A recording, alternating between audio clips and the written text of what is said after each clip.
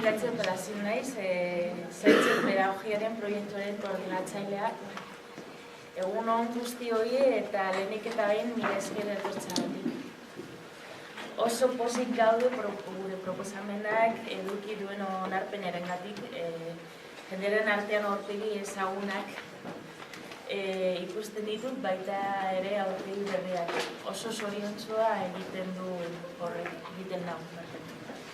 Mila esker benetan, bihotzez hemen zaudeten guztioi, norbait streaming egongo balitz ere ongi etorria ematen diogu eta mila esker bertan egoteagatik. Lehenik eta behin Mertzeari ematen dio hitza Interreg Euskal Herriko delegatua. Hola, buenos días, soy Iratxe Palazin, soy la coordinadora del proyecto de pedagogía de los cuidados. Muy buenos días a todas y a todos por estar aquí. Primero de todo, muchas gracias por venir.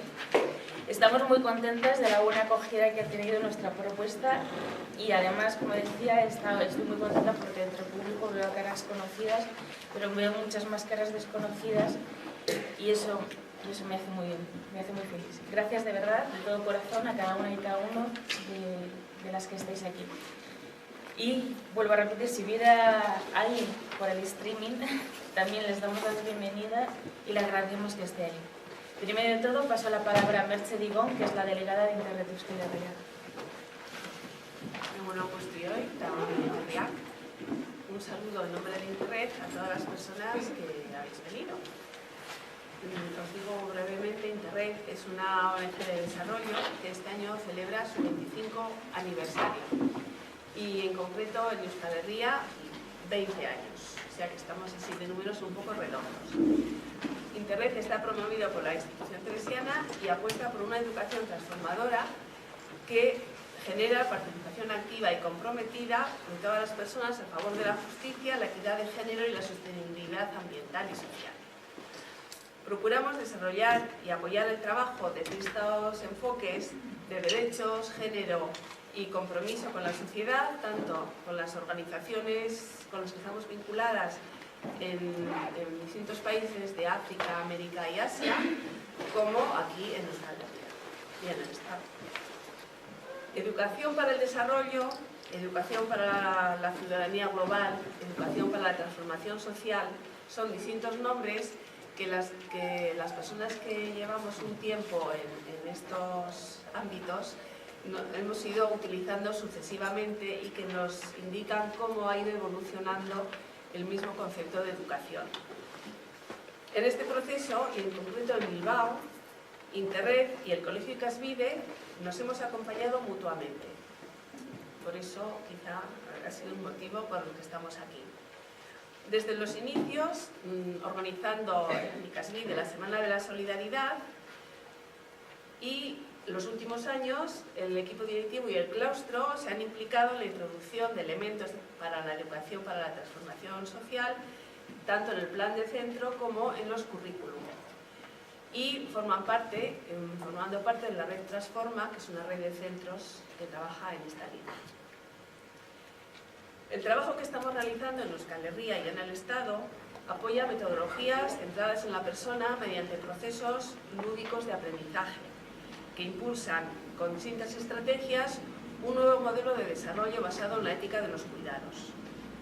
Esto nos ha llevado a considerar la necesidad de avanzar hacia una pedagogía de los cuidados en el ámbito educativo y de ahí han surgido estas jornadas, que luego se explicarán. Bukatzeko, eskertuko nuke, bai Ganadepenerako Lankidetzarako Euskal Agentzia, baita Bizkaiko Foru Aldundiari beraien babesagatik. Eta nola ez, Ikasbide ikastetxeari jardunaldi hauek antolatzerakoan emandako laguntza. Eta mila esker. Ni hasi baino lehen eskerrak eman nahi diet bolondresei guztiei, Interreko talde guztieri, Makarena, Amaia, Nora, Mertxe, Willy eta Eba, beraiek gabe hau dena ezen posible izango babes guztia, patxintzea eta maitasunarengatik.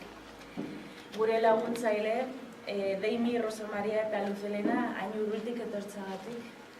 Mila esker, Victoria, Luis, Arantza, zuen esfortzu handiagatik eta zuen ekarpen baliotsu guztiengatik. Jardunaldi hauek zaintzen pedagogia, justizia eta ekitatearentzako hezkidetza tresna proiektuan jokatzen dira. Proiektu hau zaintzen pedagogiaren inguruko marko teoriko baten iraunkuntzarako pagustua da. Paradigma honen bitartez, unelako balio eta ahalmenei garrantzi ematen zaie. Zantzia, elkartasuna, empatia, autonomia, autoestima, harreman afektiboa eta bar luze bat. Gainera, garrantzi emango zaio historikoko emakumeak bizitzaren jasangarritasunerako egindako lanei hau da, bizitza zentroan jartzea datza. Jardunaldik bi zatitan banatzen dira goizean, bi eskitaldi maila egituko ditugu, lehenengoa aurkikuntzea erakusketa, 10 eta 10etan hasiko dena eta ordu eta erdiko iraupena izango du. Hau da, maila ondoren, 12ak larne gutxietan, 11etakoa edukiko dugu, hemen onduko gelan zerbitzuko digute, gure bolondraseak kokatzen lagunduko digute. 11etakotik itzuli eta denak prest egongo gara bigarren hizketaldi mailarako 12ak eta 4 eta 12 zaintzen pedagogikoaren eraikuntzarako disiplina anietzeko ekarpenak. Ordu 2ak eta 4etan amaituko dugu. Gurekin tailerrean geratzen direnean artean ikaskibideko jantokian bazkaria partekatuko dugu. Bertara joateko bolondrezen argibidea jarraituko ditugu. 11etakoa bezala, zerbitzu hau sustreek emango dugu. Beraz, agroekologiko, jasangarria eta feminista izango da. 3:00 ikastetxeetako esperientzia eta tailerrekin hasiko gara, bolondrezen gure egilatara berriro. Ailegatzen lagunduko digute. 5etan denak ikaskeriko patiora igoko gara gizarterekin matz improvisazioa batez gozatzeko, errelasatzeko, arnaz hartzeko eta berriz ere aktibatzeko zaintzan pedagogia martxan jartzeko. Orain bain, lehengo maila atzanda emango diot, interreko honorak aurkezten ditugu. Lan eta zaintza egun eder opa izuet. Ahorantxe, enteras. Antes de comenzar, me gustaría dar las gracias a las voluntarias de Ikasbide, a todo el equipo de Internet, a Macarena, a Maya, Nora, Merche, Willy, Eva. Sin ellos todo esto no hubiera sido posible, por todo el apoyo, la paciencia y el cariño. Dar las gracias a nuestras colaboradoras, a Deimi, a Rosa María y a Luz Elena, que han venido de tan lejos para estar con nosotras. Y también de todo corazón las gracias a Victoria, a Luis y a Arantxa que estará hoy aquí con nosotras. Estas jornadas se enmarcan dentro del proyecto Pedagogía de los Cuidados como modelo coeducativo transformador para la equidad y justicia social. Este proyecto es una apuesta por la construcción de un marco teórico acerca de la pedagogía de los cuidados. Y mediante este paradigma trataremos de dar centralidad a valores como el cuidado, la solidaridad, la empatía, la autonomía, la autoestima, las relaciones y muchas cosas más por ahí. Además, queremos otorgar valor al trabajo que históricamente han desarrollado mayormente las mujeres, que es para el sostenimiento de la vida. Se trata en definitiva de poner la vida en el centro. Las jornadas se dividen en 2 partes. En la mañana tendremos 2 mesas de diálogo. La primera, exposición de los primeros hallazgos, que comenzará a las 10:15, ya no, y tendrá una duración de 1h30. Finalizada esta, a las 12:15 haremos una parada para la maiketako, que estará servido en la sala de aquí al lado, y cualquiera de nuestras voluntarias pueda ayudar a cualquiera de nosotras a situarnos en el espacio, que nos falte. Regresamos aquí con nuestra maiketako para estar ya todas preparadas a las 12:15 para la segunda mesa de diálogo, que será aportes multidisciplinares para la construcción de una pedagogía de los cuidados. Terminamos con esta a las 2:15. Los que se queden a la tarde con nosotros en los talleres compartiremos la comida aquí en el comedor de Ikasbide, y para dirigirnos también a este comedor seguiremos las instrucciones de las voluntarias nuevamente. Al igual que la maiketako, este servicio nos lo da Sustraya, por lo tanto será agroecológico, sostenible y feminista. A las 3:30 comenzamos con las experiencias escolares y los talleres y nuevamente las voluntarias nos ayudarán a llegar a nuestras aulas. A las 5 todas subiremos al patio de Ikasbide para disfrutar con Guisarte de improvisación, para relajarnos, respirar y activarnos nuevamente y así ponernos en marcha en pedagogía de los cuidados. Y ahora sí, doy paso a la primera mesa que nos la presentará Nora de Interreg. Y bueno, y espero y deseo que tengamos un excelente día de trabajo y de cuidados también.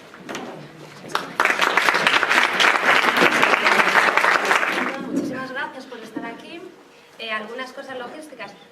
No sé si todas os habéis encontrado que aquí hay un baño cerca, o sea, cualquier cosa, libremente, vamos.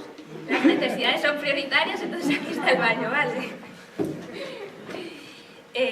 Para empezar, también os digo que bueno, hemos escogido también este centro educativo porque es un centro donde llevamos muchos años trabajando.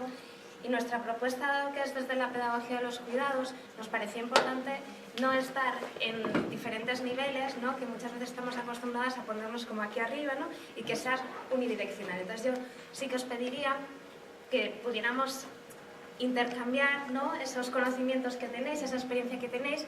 Entonces, como esto va a ser un poco jaleito ya, os invito, allí hay un papelógrafo, esa cosa marrón que veis, ¿vale?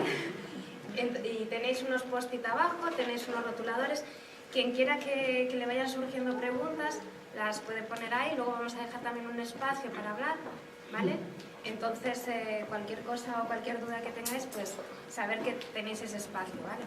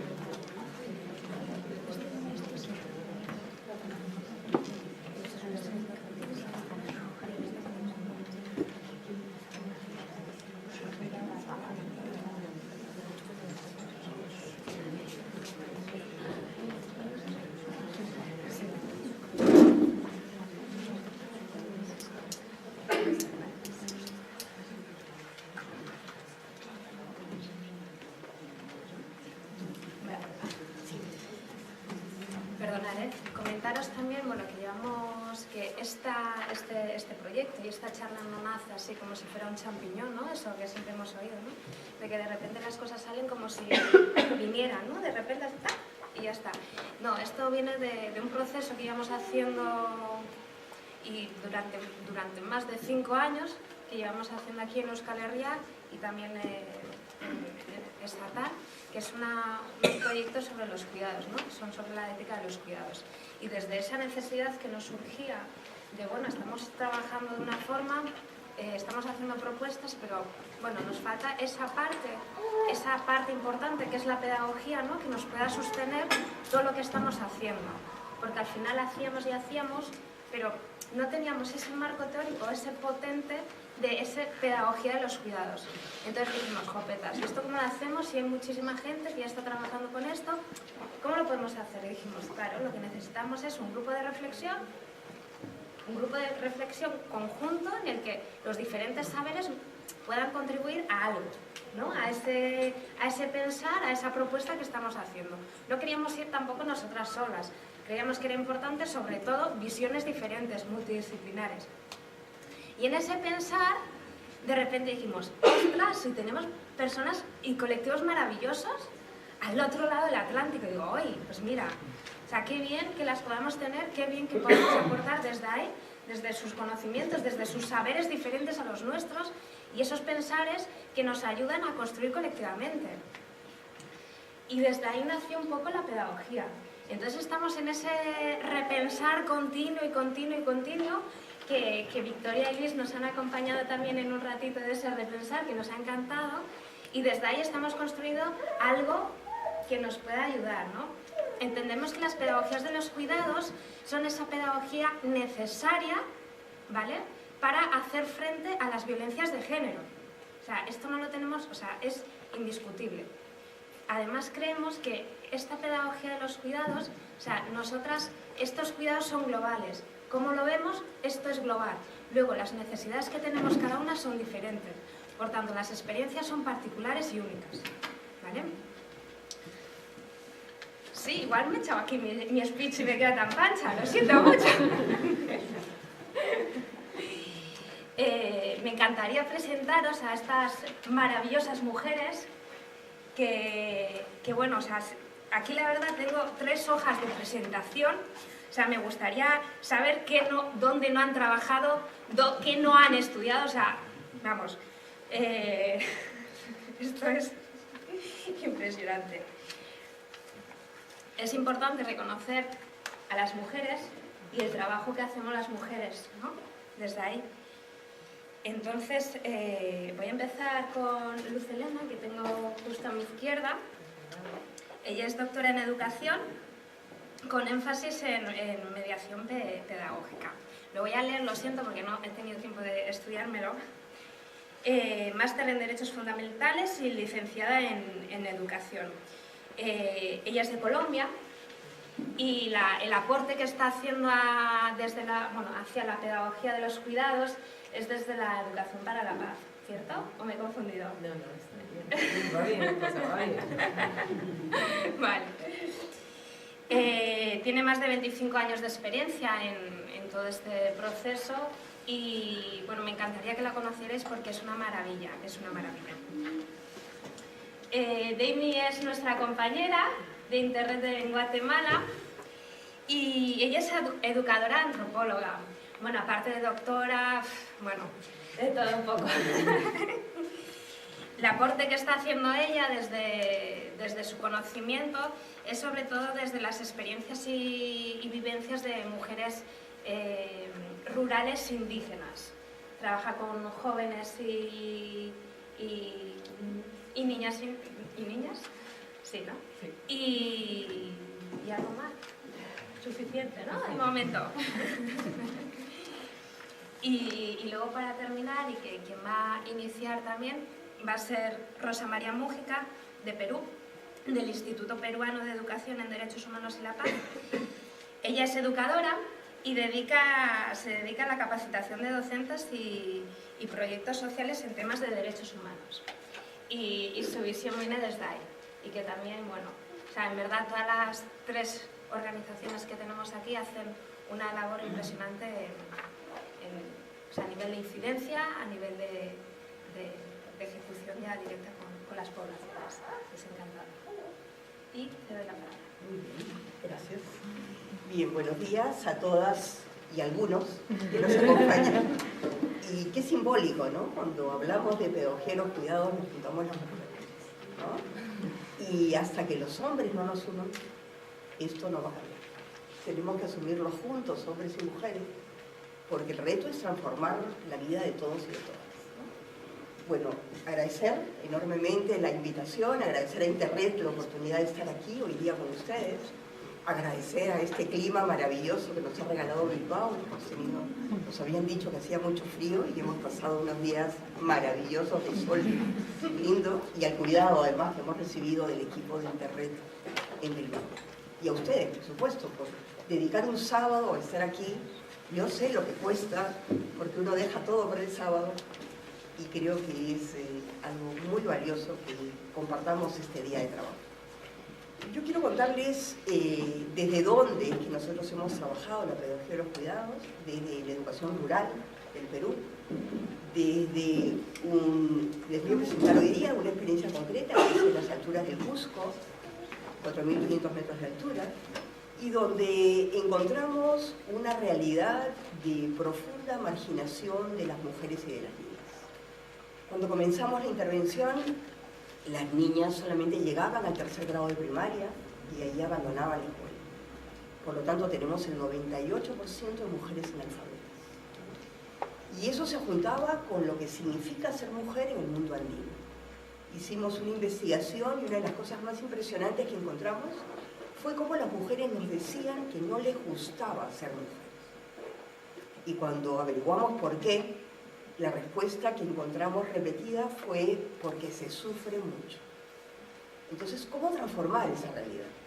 ¿Cómo transformar una realidad de marginación de las mujeres, de sufrimiento, de falta de oportunidades en condiciones de equidad? ¿Por dónde comenzar en una cultura tradicionalmente patriarcal y machista, donde esto era asumido como natural, ¿no? El así es pues, es una cosa que en el Perú se oye mucho. Tenemos que solamente el 2.9% de las mujeres de esta zona han recibido algún tipo de escolaridad, ¿no? Y el desafío era cómo mantener a las niñas en la escuela para agrandar las oportunidades y cómo lograr que defiendan sus derechos, que se opongan a la violencia como una manera de relación, que se descubran importantes y valiosas y que por lo tanto asuman que podían construir su vida desde las diversas realidades. Las fotos que van apareciendo atrás son para ponerlas en contexto del lugar, la zona, las caras de los niños y las niñas con las que hemos trabajado. Nosotros optamos por trabajar al mismo tiempo que con los niños y niñas en el aula, con los maestros y maestras de la zona, la mayoría son varones, y con los padres y madres de familia y la comunidad en su conjunto. Hay una característica cultural muy interesante y es que muchas veces las autoridades de las asociaciones de padres y madres, y a mí me sorprendió, eran de repente un hombre de 80 años o una mujer muy viejita. Yo decía, bueno, pero a ver, ¿esta señora tiene hijos en primaria? Imposible. Pues allí la presencia en la Asociación de Padres y Madres era en representación de la comunidad. Los niños y niñas son propiedad, de alguna manera, responsabilidad comunitaria, ¿no? Y eso nos pareció muy importante como una manera de entrar al proceso desde todos los sectores. Nosotros creemos que la teoría es el método, que este vínculo entre teoría y método es fundamental para los procesos que queríamos conseguir. Estábamos convencidos de que no es la palabra lo que transforma, sino es la práctica misma. Es la revisión de la experiencia, es la participación. Y estamos convencidos también que no son los conocimientos los que cambian las cosas, sino que son los sentimientos. Lo que potencia el cambio es entender, interpretar lo que siento, para de allí convertir ese sentimiento en una idea y que esa idea comience a ayudarnos a transformar la realidad. Por lo tanto, toda la metodología que diseñamos para todos los sectores, trabajando los mismos temas, eran una metodología muy participativa, con muchos juegos de mesa inventados por nosotros, con muchas dinámicas, con muchos videos, con mucho espacio de trabajo de equipo, de discusión, de reflexión y de diálogo. Y muy conscientes de que los procesos son distintos y que cada uno va construyendo sus propios procesos. Nosotros decimos que lo que no se siente, no se entiende. Y lo que no se entiende, no interesa. Esta frase de lo que no se siente, no se entiende, es una frase de Simón Bolívar, del maestro de Simón Bolívar, que estaba convencido de que para transformar una realidad, primero hay que sentir esa realidad, ¿no? O sentir la propia historia. Reconocer en mi propia historia aquello que me hizo sentirme bien, me hizo ser feliz, o aquello que me produjo un profundo dolor y que por lo tanto no debe haber. Entonces desde esto, y lo que no se siente, no se entiende, nos hizo estructurar una metodología desde el sentir, ¿no? Y ya de arranque los juegos te colocan en permanentemente qué has sentido, ¿no? O qué sientes, o qué cuentas, o cómo fue tu vida. ¿Cuándo lloraste? ¿Ante qué situación? ¿Qué situación de tu infancia te permitió ser feliz? Eso nos permitió ir descubriendo con los padres y madres de familia que había muchas cosas que ellas y ellos podían cambiar. Y igual pasó con los niños y las niñas. Descubrir los niños y las niñas, el descubrirse como sujetos de derechos, fue fundamental para conseguir la transformación. Se trabajaron temas como autoestima, como identidad, como manejo de situaciones de violencia, como sexualidad, como el manejo de conflictos, democracia en la vida cotidiana, equidad de género, por supuesto, que fue lo que transversalizó toda la propuesta, y comenzamos a ver resultados en el trabajo de los niños, y de los padres, y de los maestros. Por ejemplo, entro a un aula y les digo a los niños y a las niñas que los he ido a visitar porque me han contado que conocen sus derechos. Ellos me cuentan todos los derechos que tienen, y cuando llegan al derecho a la educación les digo, no, a la educación, los hombres. Las mujeres, no. Las mujeres a su casa. Y una niña pequeñita de 9 años me mira con sus manitos en la cintura y me dice, ¿y por qué? Entonces yo le digo, bueno, porque así es pues, mala suerte. Así hemos nacido. Los hombres para estudiar, las mujeres para cuidar a sus hermanitos y pasear ovejas. Y esta niña me mira y me dice, tu maestra te ha enseñado mal. Porque las niñas y los niños tenemos los mismos derechos y tenemos que venir a la escuela. Eso me habla de que hay un cambio que se produjo. Esta niña no solamente es capaz de defender sus ideas, sino de enfrentarse a un adulto blanco, externo, que habla castellano, ¿no? Y que viene a visitarlos para ver cómo están. O sea, me habla de que hay un proceso de cambio que se produce desde las propias niñas y desde los propios niños. Cuando les pregunto, por ejemplo, pero ¿y por qué los hombres y las mujeres tienen los mismos derechos? Me dan muchas respuestas y al final un niño me dice, por eso de la equidad de género había sido pues, ¿no? Es decir, ya entendieron que era la equidad de género no en la teoría, sino en la manera como viven y comparten la vida de la escuela, ¿no? El mirar esto, el ver cómo se van produciendo las transformaciones es fundamental. Entro a otra aula, a otra comunidad indígena, a otra escuela, y la maestra, por conversar conmigo, escuela unidocente. Ahí me encontré con 120 niños en un aula con una maestra, a cargo de los 120, porque todavía la educación rural en el Perú sigue siendo una educación de segunda categoría. Con esta maestra les dice a los niños y niñas, niños, ya formen filas y vayan a clase de educación física. Y una niña viene corriendo y le dice, profe, ¿filas con equidad o sin equidad? Yo miro a la niña y le digo, ¿y qué es eso? Y me dice, muy fácil es, con sus manitas así, muy fácil es. Con equidad es un niño y una niña, un niño y una niña. Sin equidad es niños por allá y niñas por allá. En una realidad en que siempre habían estado divididos, en que no era posible pensar en una fila integrada, en que las niñas y los niños no se tocaban, no se rozaban, ni siquiera hablaban. Se consideraba que no debía hablar un niño con una niña. Lograr romper esos estereotipos y esos conceptos culturales fue muy importante para producir los cambios.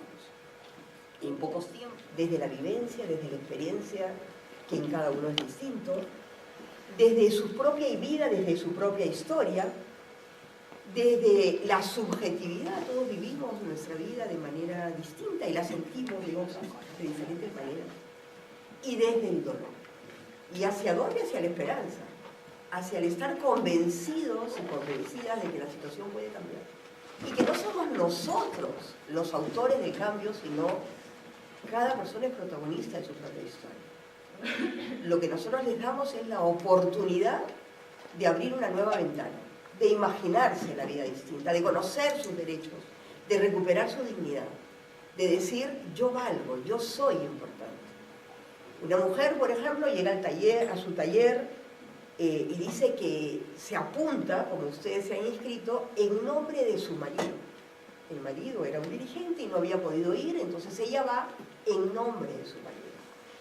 Cuando termina la capacitación, en público ella dice, bueno, yo quiero seguir viniendo a esto, pero ya no quiero que me inviten en nombre de mi marido.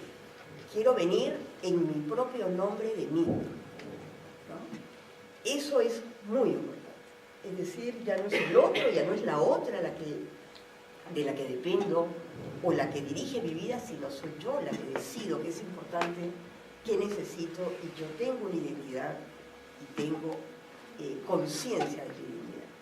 Cuando comenzamos el proyecto, los hombres se sentaban en las sillas y las mujeres se sentaban en el suelo atrás. Eso no existe más. Cuando comenzamos el proyecto no había niña que no se tapara la cara para hablar. Hoy día ninguna niña de las 30 escuelas en las que intervenimos se tapa la cara para hablar. Eso también me habla de seguridad, de confianza, de afirmación, ¿no? Ellos elaboran normas, es parte del proceso, y cuando un niño agrede o una niña agrede a otro o a otra, la capacidad de decir, me estás haciendo daño, no me digas eso me duele, dicen, ¿no? O sea, cómo revisan sus normas y cómo transforman la práctica en las aulas es espectacular, ¿no? El trabajo es el trabajo de los maestros, no es nuestro.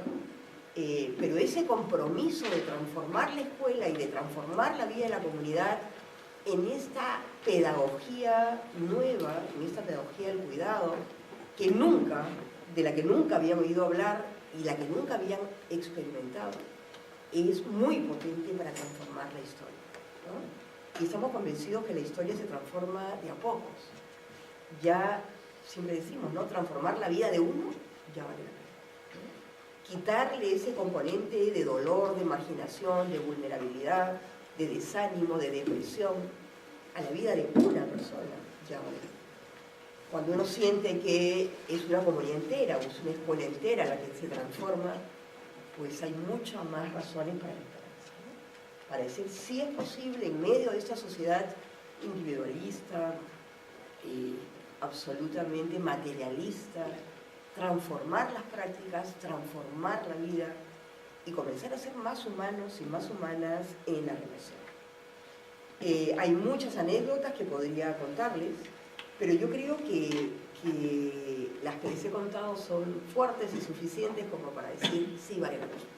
Para terminar, en una escuela, el maestro entra y les dice buenos días niños, y las niñas no contestan.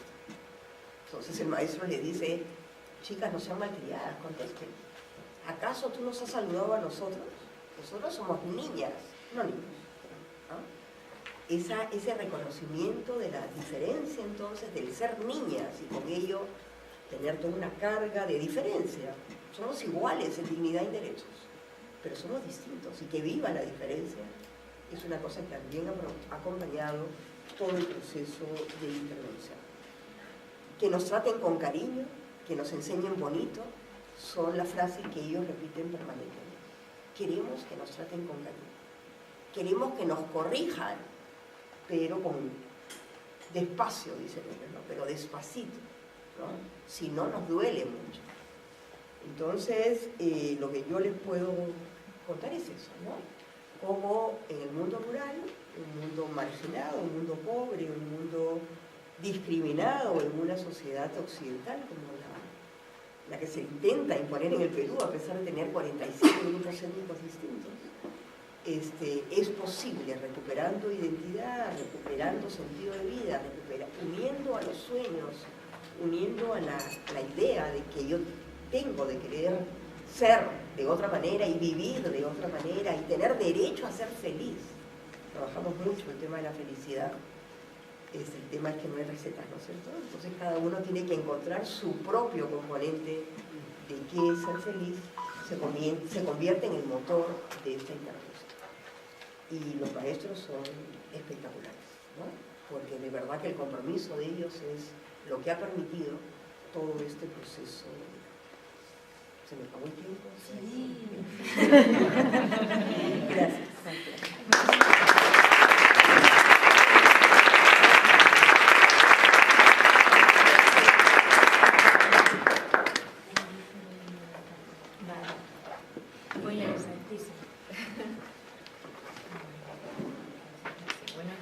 Muchas gracias por la presencia aquí. Yo vengo de Guatemala, trabajo en Interred y digamos que en este momento mi papel es más que todo ser como una caja de resonancia de una experiencia que se vive en Guatemala de trabajo, pero que realmente yo agradezco al equipo de esta organización, Bárbara, Rosy, Néstor, que son quienes realmente han experimentado este proceso. Entonces, solo decirles que desde Interred acompañamos estos procesos, pero en el caso de esta experiencia es como el reconocimiento del trabajo que realiza el equipo. Y lo que yo les voy a compartir tiene que ver justamente con esa realidad guatemalteca, la realidad de mi país, que es una realidad diversa. Somos 24 grupos etnolingüísticos, de los cuales 22 son mayas.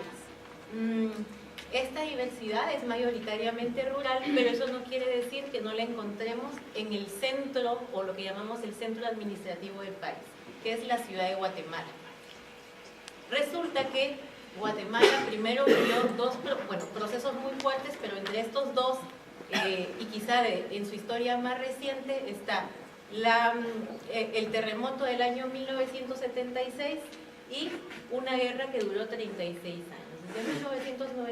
desde 1960, y que finaliza con un proceso de paz en 1996, la firma de la paz en un proceso bastante discutido.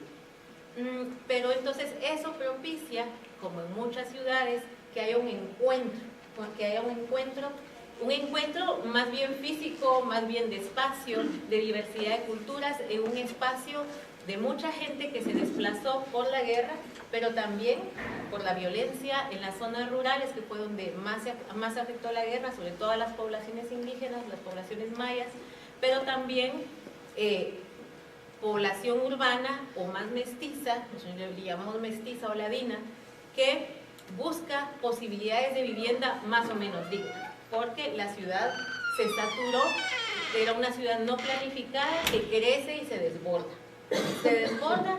y no hay servicios básicos, la educación no llega a esas áreas precarizadas que nosotros llamamos ese cinturón de miseria de la ciudad de Guatemala. La educación no llega, la salud no llega, la justicia no llega. Y cuando llega, llega para algunos pocos y muy precaria. Entonces, en este contexto se ubica esta experiencia maravillosa de vida, como diría Rosa María. Entonces, en ese contexto de alta precarización, de mucho hacinamiento, los niveles de violencia que se viven en estas áreas pues son muy fuertes. Solo para que se haga una idea, y no con el afán de querer homogenizar situaciones, sino porque ciertos indicadores numéricos nos ayudan a ubicarnos, el número de muertes violentas en Guatemala está entre 30 y 32 por cada 100.000 habitantes. Colombia, que es un país que está finalizando una guerra, ¿verdad? Formalmente, tiene muertes 25, 26, ¿verdad? Por cada 100.000 habitantes. Perú, 6 a 7 por cada 100.000 habitantes. Y España están en 1 por cada 100.000 habitantes, ¿verdad? No les digo Honduras, que son más de 100 muertes por cada 100.000 habitantes, ¿verdad? Pero Guatemala o Venezuela, ¿verdad? Pero Guatemala estamos... Eso solo es para como ubicarnos de qué estamos hablando cuando hablamos de altos niveles de violencia, porque siempre ocurre que decimos, no, pero aquí también matan gente. Sí, pero digamos, ubiquemos en qué espacio estamos, desde qué espacio estamos hablando. Y la niñez y juventud, que es quizá en este momento lo que quizá a mí, o la experiencia que quiero compartirles, justamente vive esto de manera bien diferenciada. La violencia pandillera en nuestro país, en nuestra región centroamericana, pues es muy fuerte, ¿verdad? La integración ante una ausencia de proyecto de vida en pandillas, ¿verdad?, hace que juventud se integre a estas maras y pandillas, y uno de los quizá delitos o crímenes más fuertes en esta zona, que se llama Ciudad Quetzal, son las extorsiones. Las extorsiones. Y no podemos decir la vivencia de chicas que también se integran a las pandillas, pero que tienen connotaciones todavía más fuertes, porque ellas además tienen que entregar su cuerpo como parte, como muestra de su pertenencia a la pandilla. Entonces, las violencias que se viven en estos contextos es bastante fuerte, y podría dar más detalles, pero no nos da mucho tiempo. Pero bueno, entonces, esta experiencia se da en un centro educativo llamado el PRODECO, ¿verdad? Es un proyecto comunitario. Es un centro educativo que surge a partir de familias, especialmente las madres de la comunidad de Ciudad Quetzal, que deciden crear un centro alternativo cuando se dan cuenta que lo que hay en Ciudad Quetzal sencillamente es lo que decíamos ayer, ¿verdad? La peor educación para la población más pobre. Entonces, es como una alternativa de decir, vamos a exigir el derecho a la educación, pero una educación de calidad desde la propia comunidad. Entonces surge el proyecto EPRODEP, que acoge por un lado a población maya cachiquel, porque resulta que Ciudad Quetzal, que es un sector de un municipio que se llama San Juan Zacatepeques, es el municipio a nivel nacional con mayor población maya. Pero resulta que Ciudad Quetzal es como un enclave de población mestiza. Entonces se da una especie de problemas de identidad en el sentido de que la gente se siente más urbana y más perteneciente a la ciudad de Guatemala o al municipio de Guatemala que al municipio de San Juan Zacatepeques, que es población maya cachiquel. Pero este centro resulta siendo una alternativa para la población total del municipio, ¿verdad? Para la niñez y juventud del municipio. Entonces, estos elementos relevantes que les estoy compartiendo nos ayudan a ubicarnos en esta experiencia.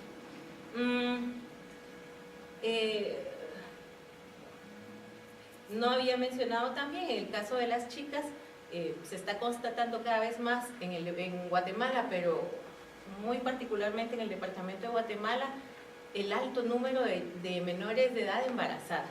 O sea, es muy fuerte, cada vez se encuentran muchos más, no sé si se encuentran o han sido más visibles los casos de niñas embarazadas y que se está intentando abordar esta problemática desde diversas formas, ¿verdad? Y una de esas es justamente el autocuidado. Entonces, decir de esta experiencia que es difícil porque no depende solamente de la buena voluntad, de las buenas intenciones de un grupo de personas, depende de dónde se ubica este proceso, ¿verdad? Es poder dar respuestas en un contexto cada vez más complicado para la juventud, pero también de encontrar condiciones que posibilitan ciertas rutas de esperanza. Y en este caso, este centro educativo donde se desarrolla la experiencia, a pesar de ser un centro alternativo, forma parte del sistema de educación nacional, es decir, no está fuera del sistema, o sea, tiene toda la estructura del sistema educativo, pero se aprovechó la figura de un instituto experimental. Los institutos experimentales dan la posibilidad justamente de eso, de probar diferentes formas educativas, alternativas educativas que no necesariamente sean las del sistema educativo formal, ¿verdad? Pero sí se inscribe dentro del sistema educativo formal. Entonces, además de eso, tienen la posibilidad de tener mucha incidencia comunitaria. Nosotros no hemos llegado todavía en Guatemala al punto donde digan en este centro educativo no se habla de política como está pasando en otros países, ¿verdad? Todavía no hemos llegado a eso. Formalmente, porque informalmente sí, a veces resulta que el director o directora de una escuela es un ex militar que participó del genocidio en Guatemala, ¿verdad? Entonces, hay como, yo solo para darles la idea de que no quisiera que pensaran que les estoy dando todo el contexto, sino por lo menos algunos elementos que puedan dar luces. Entonces, desde esa preocupación, padres y madres deciden crear un centro que les permita participar como padres y madres, pero sobre todo que niños, niñas y la juventud asuman un protagonismo y participación activa en sus propios procesos educativos. Desde esa práctica que le llamamos la práctica consciente de la libertad, que tanto hablamos en educación popular, y que les permita expresar todo lo que compone su personalidad.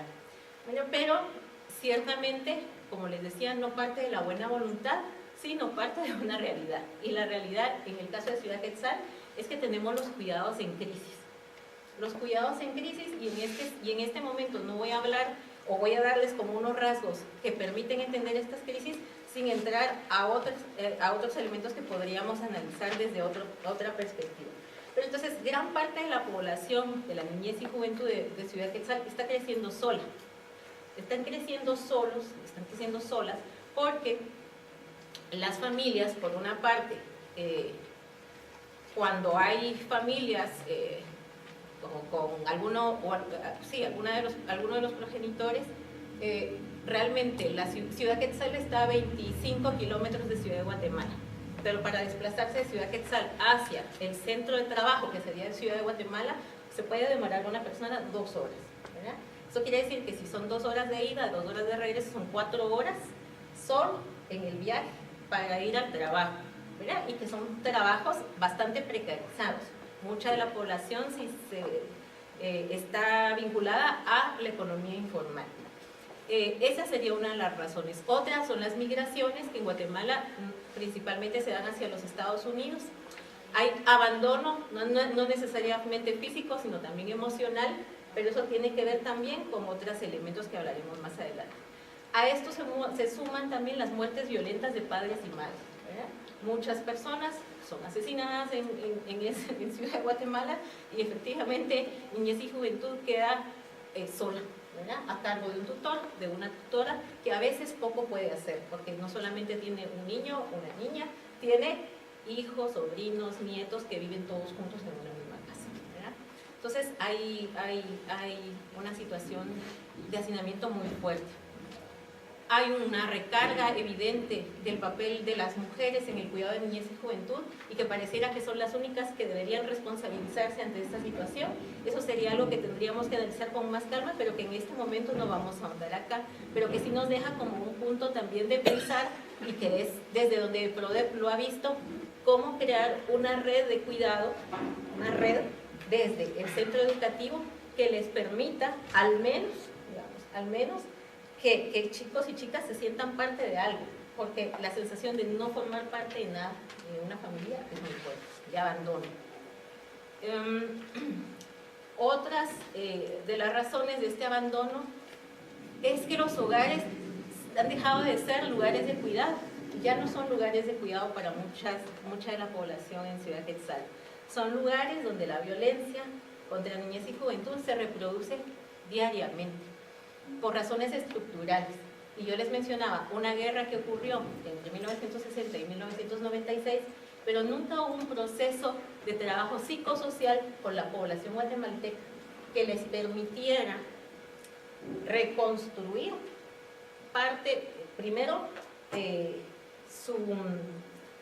reconstruirse como personas y mucho más difícil como comunidad. Nos han generado esa sensación de desconfianza, desconfiamos mucho unas de otras, ¿verdad? Desconfiamos mucho de mi vecino, de mi vecina, porque puede ser, hay fracturas importantes. La violencia es perpetrada por personas de la propia familia, de esas personas más cercanas. El abandono genera otras situaciones, como ya les mencioné, para niñez y juventud. Pero recordar también que estos padres y madres fueron víctimas también de violencia, ¿verdad? Y al no tener un proceso de sanación, difícilmente van a conformarse como personas cuidadoras, ni padres ni madres, ¿verdad? Quizá las madres siempre más, pero realmente es difícil, ¿verdad? Guatemala, más o menos la generación que están haciendo ahora, tienen que ver con mujeres que fueron violadas, o que en el pasado en sus comunidades sobrevivieron a la violencia de la guerra, ¿verdad? Entonces eso se va reproduciendo. Entonces uno dice, ante todo esto, ¿qué hacemos? ¿Verdad? Hay mucha desesperanza, pero el PRODEP decide iniciar un proceso que quizá algunas personas de las que están aquí conozcan, que tiene que ver con procesos de salud mental para el manejo de traumas de la guerra y la violencia.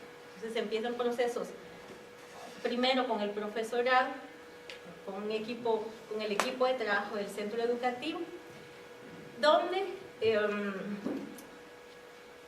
se realizan algo que se llaman talleres de crecimiento personal. Estos talleres de crecimiento personal son una metodología que se implementa para personas vinculadas a derechos humanos.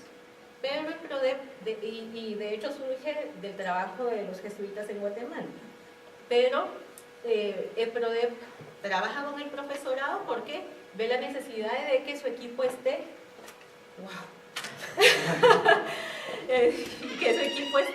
formado en cómo abordar la problemática de niñez y juventud. Pero resulta que hay una constatación de que esto realmente no solo debería ser para el profesorado, sino también para juventud y adolescencia. Y ese es como el gran aporte de PRODEP, diseñar una metodología específica para trabajo con adolescentes. Entonces se realizan talleres intensivos de 5 días con jóvenes donde logran por primera vez expresar muchas de las emociones y logran explicar por qué sus reacciones muchas veces son tan violentas o por qué otras personas les violentan, ¿verdad? Es un proceso que PRODEV cae en la cuenta además que no puede ser solamente de 5 días, ¿verdad? Porque es como una especie de retiro, 5 días, donde abordamos las emociones y qué bien. Pero entonces deciden incorporarlo a la vida cotidiana del centro educativo. El PRODEV es un centro que trabaja por proyectos, ¿verdad? Trabajan proyectos e interactúan entre diferentes niveles. Entonces deciden armar lo que se llaman comunidades de vida.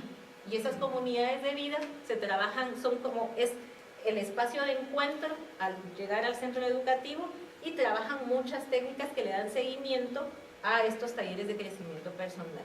Entonces, con la implementación de comunidades de vida, que son sesiones de acompañamiento para el trabajo de emociones en el aula, se parte de testimonios, donde como se va creando un sistema de confianza, como lo decía, nosotros desconfiamos mucho unas de otras en Guatemala, pues es recuperar primero la confianza y de poder expresar, ¿verdad?, lo que yo soy, la carga que traigo, y poder compartirla con personas con quienes me siento en confianza. Después se trabajan dinámicas introspectivas, relajaciones guiadas, baile, danza, juego, expresión artística. O sea, hay una combinación de elementos que permiten justamente dar cuenta de las emociones de la juventud y la verdad es que los resultados por ahora son esperanzadores. Yo brevemente voy a leer solo unos elementos de una de las chicas que ya está fuera de este centro educativo, pero que es lo que ella expresa. Aprendí a valorarme como persona, no me daba el valor ni el tiempo para mí, ahora sí lo hago. Me valoro más a mí misma, valoro más a las personas, valoro lo que hago y siempre busco ayudar a los demás, para que también sientan el valor que tienen, porque a veces no nos lo damos. Decimos, yo te valoro, pero no es cierto. Primero me valoro a mí, después ya puedo valorar a las demás. Primero dedico tiempo para mí y también dedico tiempo a los demás y después ya manejo una situación equitativa, de manera que no descuido ese lado, pero tampoco descuido el otro. Es este lado, el otro, ¿verdad? No me descuido a mí, pero tampoco descuido a los demás, de manera en que yo me siento bien y los demás a la vez compartimos ese bien, ¿verdad? Este bien es este sentirme bien, este ser yo. De manera que yo me siento bien y los demás a la vez compartimos ese bien, no solo yo. Y no es, lo expresa, ¿qué me importa lo que pase con ellas y ellos? Entonces, ahora ya aprendí a darme ese valor como persona y como mujer. Ese valor lo tengo, lo vivo y lo disfruto, ¿verdad? Entonces, son como las constataciones de que este trabajo realmente posibilita recuperar primero el sentido del yo de cada uno y de cada una, pero yo junto con las otras personas, recuperar ese sentido de confianza y que se sientan parte de algo, porque muchas niñas no se sienten parte de algo, ¿verdad? Sentimos que tenemos que ir avanzando y esa es la idea del trabajo conjunto entre Interred y PRODEV, en profundizar, y no es que no se haga, pero se necesita profundizar en el trabajo con padres, madres y tutores. Quisiera yo algún día decirles que gracias a este proyecto la tasa de muertes violentas en Guatemala ya no es de 30, sino que es de 0, pero eso va a ser un proceso largo, ¿verdad? Ese es un proceso como todo, ¿verdad? Y también abordar la especificidad de la violencia de género, porque el poder abrirse, el poder nombrar lo que están sintiendo, ha ayudado a PRODEV a identificar casos de violencia sexual de niñas jóvenes, pero también de sus madres. Y han establecido todo un programa de acompañamiento psicojurídico para estos casos con promotoras comunitarias. Entonces, esta es la experiencia que el día de hoy les quería transmitir. Ahí pues se vieron algunas fotografías de ese trabajo que se hace con estos grupos. Y muchas gracias.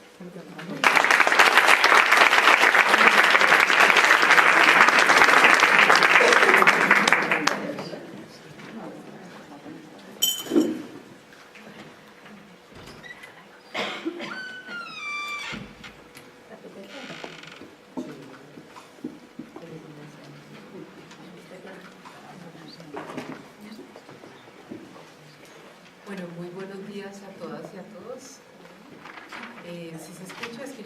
despacito. ¿Más duro? Bueno, voy a intentar hablar más duro. Bueno, primero que todo agradecer a Interred, agradecer pues que me haya invitado a la institución en la que yo trabajo, que es el CINER, el Centro de Investigación y Educación Popular, a este trabajo del grupo de aprendizaje colectivo, agradecer también pues, el apoyo que está dando la Agencia de Cooperación Vasca para que podamos hacer estas reuniones y agradecer especialmente a ustedes que están acá para que podamos compartir. Les quiero contar que hoy ha pasado un encuentro absolutamente maravilloso con Mónica Provedo. Ella estuvo de voluntaria en Colombia hace 17 años y después de que nos despedimos hace 17 años, esta mañana nos acabamos de encontrar. Entonces estamos todas así como emocionadas porque trabajamos en un proyecto comunitario y realmente ha sido muy bello que por estas casualidades de la vida nos encontramos hoy acá. Bueno, pues les cuento, les quiero compartir una pequeña experiencia que se llama, justamente tiene un nombre muy lindo que le han colocado a los jóvenes, que se llama Movimiento JUPI. Jóvenes Unidas y Unidos por la Igualdad y la Equidad de Género. ¿Sí? Este proyecto y esta experiencia, más duros, todavía más duros, ¿cierto? Es que ya tengo, como si estuviera gritando, muy bien. Bueno. Entonces, este proyecto se crea en un colegio, el colegio se llama Toscana Lisboa, está en el noroccidente de Bogotá, ¿sí? Y es creado básicamente por una profesora, ¿sí? Esta profesora es la que a mí me hubiera encantado que ella pudiera estar acá y estarles contando la experiencia de ustedes. Esta profesora es la profesora Stephanie Parra Ordóñez, ¿sí? Ella decide a partir de una situación que se le presenta empezar a indagar y a reflexionar sobre qué hacer. Y básicamente lo que yo voy a hacer en este ratico, en estos minutos, es contarles esa experiencia. En la experiencia que les voy a comentar se juntan tres cosas. Una situación problemática que la profesora aborda, una comunidad educativa que en principio un poquito así como dubitativos, pero luego con un poco de entusiasmo generan apoyo, y un marco general que tiene que ver con una política pública educativa que se implanta y se genera en Bogotá entre enero del 2012 y diciembre del 2015. ¿Sí? Esta experiencia se localiza en un colegio, es el colegio, como les decía, Toscana Lisboa, que está en el noroccidente de Bogotá y que pertenece a algo que se llama la Unidad de Planeamiento Zonal, que es la UPZ de Tibabuyes, es zona urbano marginal, ¿sí? Y que está en una zona que tiene un contraste muy particular. La tercera parte del terreno de esa zona es protegida porque hay dos humedales, el Juan Amarillo y el humedal Corto, y además pasa por el ladito, por ejemplo, en México, en Ecuador y indagando también en Colombia, que lo hace la Universidad Nacional, se dan cuenta que los hombres en general dan mayor valor a las mujeres cuando están embarazadas, les parece que hay que cuidarlas más, o cuando tienen un hijo y son las que cuidan hijos o las que cuidan niños. Entonces parece que las mujeres tenemos mayor valor si tenemos hijos o si no los tenemos. Y eso los adolescentes lo perciben fácilmente y dicen, ah no, yo quiero ser importante, entonces yo voy a ser mamá, ¿sí? Yo voy a ser mamá. Eso es una cosa, una clave que cada vez se está haciendo más fuerte. Lo otro que es muy impresionante es que la maternidad se termina considerando como un hecho que es natural, que es evidente y que es incontestable. Es decir, que la maternidad y todo lo que tiene que ver con la relación materna, como que es algo que sí, que está en las mujeres, ¿cierto? Y en cambio la paternidad es algo que es público, es algo que de alguna manera es sagrado, es político, pero que no es natural, ¿sí? Y eso por ahí anda rondando en los adolescentes, ¿sí? Bueno, y obviamente a esto se junta el hecho de que las niñas en general no tienen la posibilidad de tener otros desarrollos laborales, otros desarrollos productivos, y lamentablemente otros desarrollos intelectuales. Esa es la primera cosa que la profesora Stephanie se encuentra. La segunda cosa que ella se encuentra es que las niñas tienen que cargar con parte de la responsabilidad delegada por sus progenitores o por quien lidera la familia en cuanto al bienestar de sus parientes. En general, estas niñas, por la razón de ser mujer, terminan cuidando a los niños menores, a los hermanos mayores, al abuelito, a la abuelita que está enfermo, al perro, haciéndole cuidado. Es decir, terminan haciendo toda una cantidad de cosas que su papá y su mamá no pueden hacer porque no están en la casa, ¿sí? Y allí hay una cuestión que es bastante fuerte y que ya hay mucha gente que ha venido trabajando en esto, ¿sí? Y es que este hecho de que las niñas tengan que estar trabajando en casa, cuidando a los demás, es una ruptura muy profunda de la democracia, de la libertad y especialmente termina siendo una tiranía en relación al horario, al tema de la toma de decisiones y a la posibilidad de que accedan a lo público, al poder y al saber, ¿sí? Claro, eso a nosotros a veces no nos parece que es tan grave, pues sí es gravísimo. Es gravísimo porque si las niñas no tienen tiempo, no pueden decidir sobre su tiempo, no pueden decidir sobre su vida. Si a los 15 años no puedo decidir que quiero leer o que quiero aprender, sino que tengo que estar dedicada a otra cosa y casi que es furtivamente que saco tiempo para lo que me gusta, ¿cierto? No tengo libertad. Entonces, esta profesora se encuentra con eso y dice, bueno, a ver, ¿y yo qué voy a hacer con esto? ¿Sí? ¿Yo qué voy a hacer? Entonces, ella se plantea como varias preguntas. Una de las preguntas que se plantea es ¿qué puede hacer en un centro educativo en las condiciones que les comento? Ella es solamente una profesora, ¿cierto? Y entonces empieza a generar toda una dinámica a ver qué se puede hacer.